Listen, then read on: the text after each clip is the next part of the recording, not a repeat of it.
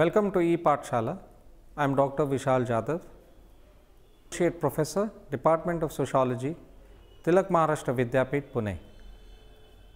Today we are going to look at a module called Classics, Canons and Founders, a view from the north and the south. This module comes under the paper called Classical Sociological Theory. Michel Foucault, when he was assessing power, he says that in the very act of creating knowledge, power gets enmeshed in social relations. Until now, we have understood how we see the world through a Eurocentric gaze. That is to say, sociology as a discipline itself emerged in Europe. The experiences, the life worlds, the worldviews, practices, the methodologies, the various perspectives and theoretical formulations were all representative of European nations and the experience of European nations. How is sociology seen outside Europe? How is the world seen outside that of Europe? This particular module will deal with how there can be a southern perspective to understanding the classics of sociology.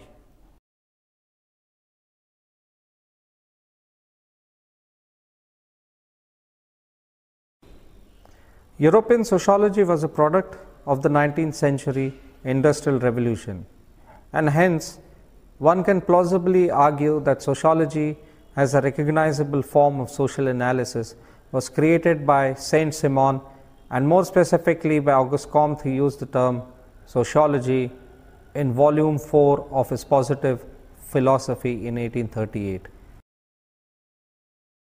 Furthermore, we should also recognize that classical sociology cannot be defined by a discrete list of individuals such as Max Weber and Durkheim. It is also obvious that the canons of classical sociology has frequently functioned as an exclusionary professional code that has neglected the work of women and black sociologists. Sociology as a discipline and social theory in general has taken different turns at different eras of development. As decades die down, there is a refinement and continued brewing in the fields of sociology. As an analyst and critic springs and great mind rises up, great sociologists saw the need of revisiting the classics, and alongside with this, the creation of a canon that places certain sociologists as the key figures and founding fathers of the subject. Such a canon, which is a creation of the Northerners, or what we call the West, was to be imposed on the third world sociologists. But at the dawn of postmodernism, and with contextual sociologies coming up and indigenous social analysis, there has been a great resistance to such an imposition. The classics and its founders. It has been very difficult to pinpoint a confirmed criteria of crowning a text classic.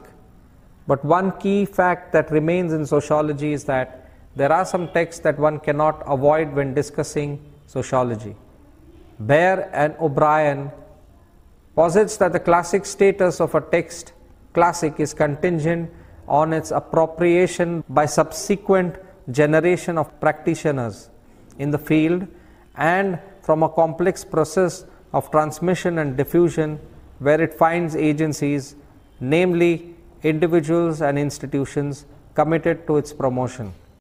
Another point to take note of when talking of a text as classic is that it is tackled from the point of view that portray the text as having a life beyond its own time of publication, which is conferred upon it by its being continually read and reflected upon. The continuity of this appropriation depends in turn on its lasting cultural resonance, flexibility and utility for the scholarly community employing them. This can reflect itself, for instance, in the text's ability to open new avenues of research and provide an exemplar to subsequent generations on how to conduct research in the field. Contemporary relevance.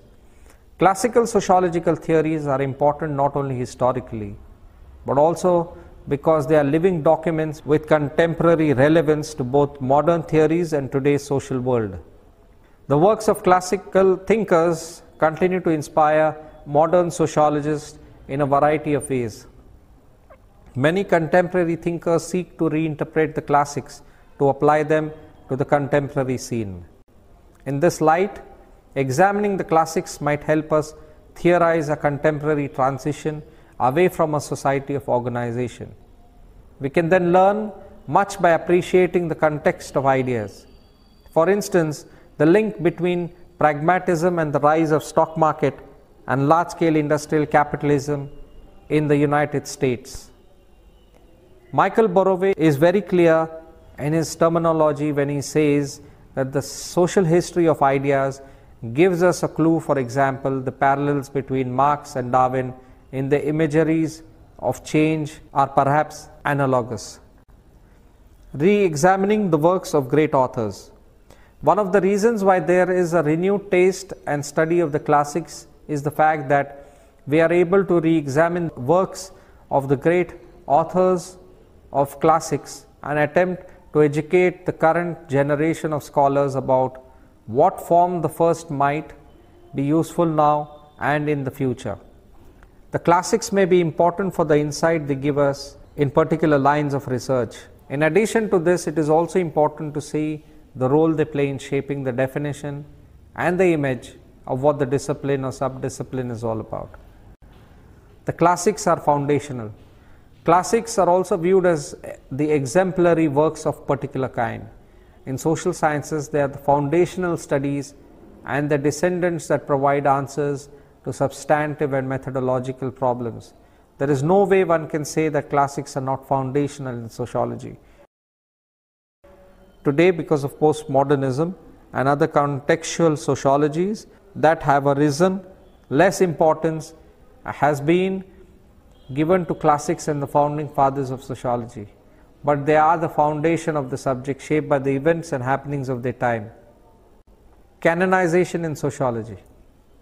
The process lasted a generation. It was the work of many hands, and the canon makers were far more harmonious, two of the most prominent being Parsons and C. Wright Mills. Over this period, nevertheless, a series of projects and debates converged on a new understanding of sociology's history. Intellectually, the process of canon making has two sides: the creation of a canonical point of view and the selection of particular founding fathers. Interwoven with both is a practical enterprise, the dissemination and pedagogy of classical texts. According to Tom Bottomore and Nisbet, the emerging vision of sociology's history identified a foundational movement, that brilliant age in which foundations of the discipline were laid. In the same light, Ingalls argues that the canon was characterized by the text of a small group of key figures. There are 4 men, however, whom everyone in sociology, regardless of his or her special emphasis, bias or bent, will probably accept as a central figure in the development of modern sociology: the institutionalization and socialization and canon formation. According to Bourdieu, socialization and institutionalization is investable in the process of canon formation. Canon formation is a complicated process imbued with tensions of different powers and relations competing for literary legitimacy. He goes ahead to assert that even after the process of cultural familiarization, few authors and works are established as canonical. The status, moreover, with the unchanging times, especially the relative positions held by authorities and the institutions, account for the mechanisms of literary production, diffusion and consumption and evaluation, thus deciding the final destination of the canonical authors and works. Role played by different agencies in the formation of the canon. Klobas posits that there are great varieties of agencies which can make judgments in canon formation. agents such as publishers, sponsors, literary historians, critics, biographers, translators, and university professors all occupy their own position in literary field and contribute in varied degree to canon formation, but the joint efforts can the canonization be completed? As already mentioned, Bourdieu maintains strongly that for canon formation there is a lot of reliance on educational institutions. We shall highlight now the role played by different agencies in canon formation. General readers are regarded as the largest group of consumers and the largest number of agents. However, the role general readers can play in traditional canon formation is very much restricted as a consequence of the paucity of academic resources. Goes on to say that social recognition of canonical work and authors needs testing by average readers and critics as they constitute as a dispensable part in canonization. Tong, a Chinese scholar, firmly suggests that whether literary works and authors are canonized and recommended by the authorities still depend on the experience and appreciation of the general readers and critics. The influence of mass media. Canonization, a long process of socialization, is intimately associated with media propaganda. Media agencies and their agents function as catalysts accelerating the process of formation. Thanks to its powerful effect, media evolves into an active player for enabling wide and quick circulation of works, converting literary works, symbolic capitals, into maximum economic capitals. Ideological influence. It is the desire for cultural hegemony, intellectual powers that drive the ruling class to be particularly concerned with canonization of literary works, since canons are sometimes direct representation of ideological and political potentials. The ruling class, in fact, worships the authority underlying the process of canon formation and take canons as tools to transform the political influences and reinforce ideological purposes. Some literary classics become part of medium for propaganda, personal selection, examination, and academic research, thus easily making them canonical. At this juncture, I shall briefly open up the North and South debate. All has been above was preparation to this debate. In summary, I shall present this debate, and from there I shall go on to give a critique on the debate and the whole idea of classics, canons, and founders.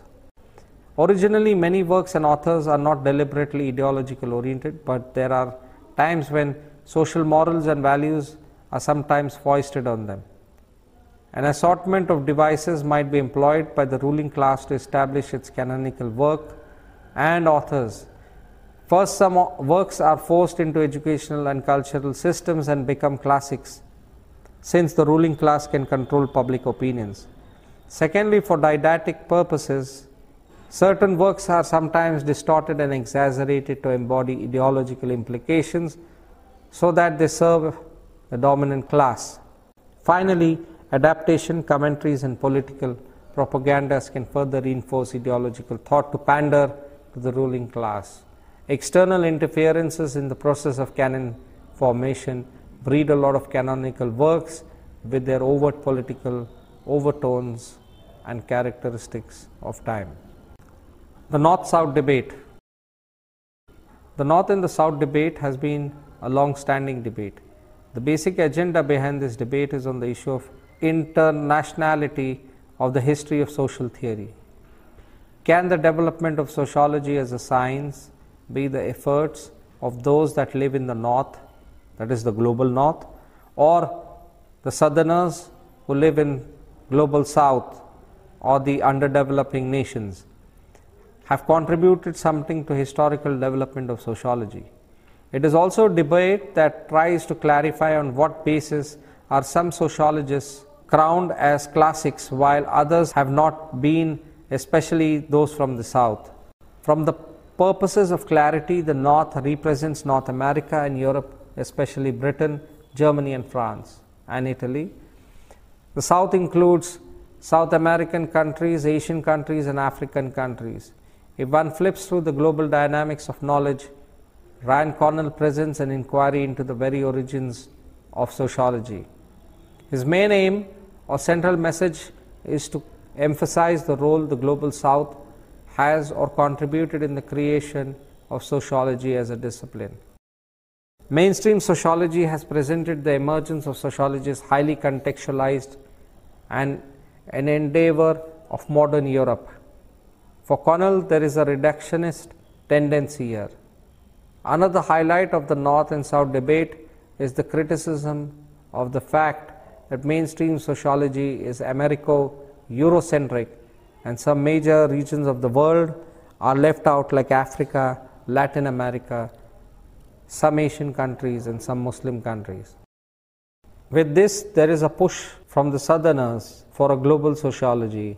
There is a push for an inclusivist approach to sociology, an approach wherein the voice of the Southern sociologist is heard with their highlighted areas of gender, culture, poverty, underdevelopment, social stratification, and other social realities that are characteristic of the so-called South. Another pertinent issue raised in the North and South debate is the fact that imperialism, colonialism has engulfed peripheral sociology and neglected it to the background. Beautiful theories and authorships have risen from South, and these have been shut down by Western superiority. A lot from the South has been not included in the sociological canon, and the so-called founding fathers and classics have been said to have sprung up only from the North. But the South advocates for a global rereading of sociology and recognition of Southern authorship and their contribution to global and contextual sociology. The Northerners have Augustine, Comte, Durkheim, Max Weber, Spencer, Karl Marx as great sociological heroes who have made a great contribution in sociology. But the Southern authorship has not been paid much attention. In canonical sociology, the names of these four is the most often inevitably found. The great question at the end of the day is, has history been doing justice to when it comes to sociology? Then we shall see pretty soon. The controversy of classics and founders. As social theorists today are attempting to contain or promote the spread of their craft, they are also increasingly preoccupied with tracing its genesis and structure by appraising its so-called foundational authors, its classical works, and its canonical statements. Although it may be argued that the functional necessity for classics developed because of the need for integrating the field of theoretical discourse, perennial returns to the sources of social thought are not always prompted by professional self-interest or a need for scientific legitimation. According to Chakrabarti, each spatial location has evolved specific perspectives and resources to define its sociological knowledge and has institutionalized these in terms of its material and political capital. The European and the American, emanated as reflections of local and provincial processes, have been exported as universal processes elsewhere. Some have become adaptations of imported, external or dominant perspectives, and yet others have evolved a critique of these dominant universal paradigms. It is from this perspective that we find the Southerners raising the voice and proposing a global sociology. They are suggesting a shift from the individual to the community. Since theories do not necessarily agree on which authors have been the most influential and which works the most important of their respective disciplines, or which concepts or statements the most widely read, ritually revered, or routinely referred to, the definition and limits of the tradition continue to be matters of considerable dispute. One thing to note, as Peter Baer puts it, that it is not enough to identify and explicate the key figures and contemporary concepts that have contributed to the formation of social history, without at the same time addressing the intellectual network, modes of textual transmission, and processes of inclusion and exclusion that have made theory a recognizable and definable discipline. The effect of postmodernism and contextualization on the canon and the classics. The dawn of postmodernism has been termed as a time of chaos, subjectivism and relativism. The postmodern era denounced traditionalism. In the field of philosophy, traditional metaphysics is criticized. There is a shift of focus from the supernatural. All moral absolutes are led to the drain. Even classical sociology was criticized. This led to a rise in the contextual sociologies. The whole idea of a uniform classical canon was not given importance to. With this, there is an insistence on context. Sociologists from different continents dwelt on the issue that stood central to their different communities and contexts. Since then, less attention has been paid to canonical sociologists and to the classics and founding fathers. But even with this kind of approach, we realize that sociologists' wild world still has high regard for those who are considered classics and for those laid the foundation. They are people of their own time and had their own worldview about society. One thing I would like to say is that from my studies, I see that the canon in sociology is an open canon, unlike the Christian's scriptural canon which stands close. The sociological standard. By the works of Sprague-Jouy, canons serve the function of valued and generalized knowledge and reflect the values of society. To change the canons also requires changing the societal perception and be made able to prove that these new perceptions hold merit. Once a canon is established, breaking it down is a painstaking task. This limitation is inevitable in sociology. Certain persons have been branded and canonized as key figures in mainstream sociology. We see today a fight for equality, but at which time we realize that sociological analysis could be tainted in a narrow less, making it difficult to be critical without avoiding comparison. In order to truly use sociology to change this world for the better, all sociologists should be ready to go global and to annihilate unnecessary criticisms and comparison. It is not enough to simply study the canon of sociology. Sociologists must learn to see different issues plaguing each and every context with a broader perspective. Those that make up the canon must not be seen as the standard only. It is good to note that these founders were working from a particular context and that the standards of the time have changed and new societies and ideologies have come up. The central message of the Southern debate. An overemphasis on the recognition of the Southern perspective can tend to be extremist. After recognizing the fact Eurocentric has affected the historicity and advancement of social theory, over-criticism can lead to sociological Africanization of knowledge, or Muslim Asia establishing Islamized knowledge-based approach to sociology, or Latin America's asserting its own stand. It will be nice to put the Southern theory in the right place. To make my point clear and explicit, I will in summary enunciate the words of Vidya-mitra, who says that the Southern theory on perspective is not a call for fragmentation into localized, indigenized or indigenized sociologies, but a powerful argument for a serious international debate on an equal footing, where the experiences and perspectives emerged from the South have to be fully acknowledged and might correct, complete, amplify or supplement existing general theory where necessary. By this, we come to realize that the Southerners are challenging the Northerners to realize the fact that there have been domination in the past on the subject of sociology.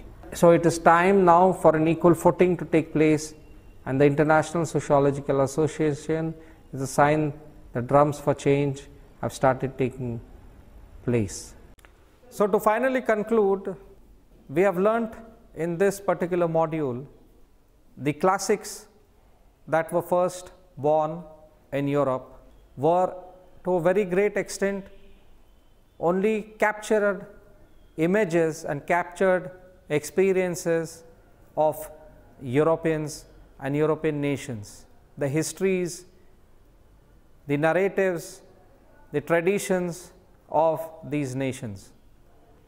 There were and are various subaltern perspectives, especially those perspectives that came out as a revolt against colonialism mainly, and these responses also became part of the post-colonial theory. And therefore, in the post-colonial theory framework, we understand how power relations are embedded in the construction of knowledge and in the construction of sociology itself.